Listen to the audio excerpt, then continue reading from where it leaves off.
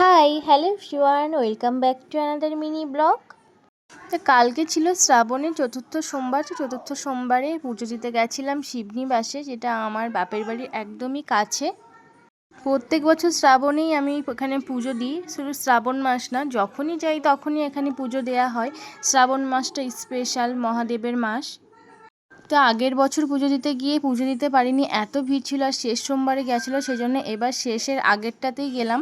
যেহেতু প্রচুর ভিড় হয় নবদ্বীপ থেকে, সবাই কেউ পায়ে হেঁটে আসছে, কেউ বাঁক নিয়ে আসছে জল নিয়ে, আবার কেউ বা দৌড়ে আসছে। এবার প্রথম দেখলাম এরকম যে নবদ্বীপ থেকে দৌড়ে পুরো শিবনিবাস মন্দির পর্যন্ত এসছে, এটাই ওরা পণ করেছিল। পুরো 50 কিলোমিটার রাস্তা ওরা শুধু দৌড়িয়েই এসছে। তারপর এখানে দাঁড়িয়েছিলাম বেশ অনেকটাই, 1-2 ঘন্টার মতো লাইন দিতে হয়েছিল, এবার খুব একটা বেশি লাইন দিতে হয়নি। অন্য বাড়ির থেকে এবার প্রশাসনিক ব্যবস্থাটা দেখলাম একটু ভালো, আর খুব সুস্থভাবে পুজোটা দিয়েছিলাম।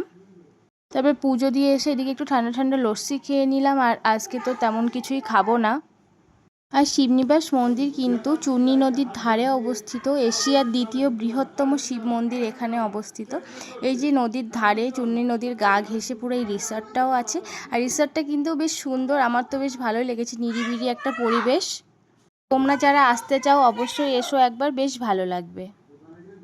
তারপর এখানে একটু রিসর্ট থেকে ঘুরে আমরা চলে আসলাম বাড়িতে, আর দুপুর রোদে তখন কোনো টোটোই ছিল না, হেঁটে হেঁটে আসতে হলো। আর বাড়িতে এসে খেলাম ফল, আর তারপর মামাইও আমার সাথে খেলো। টাটা।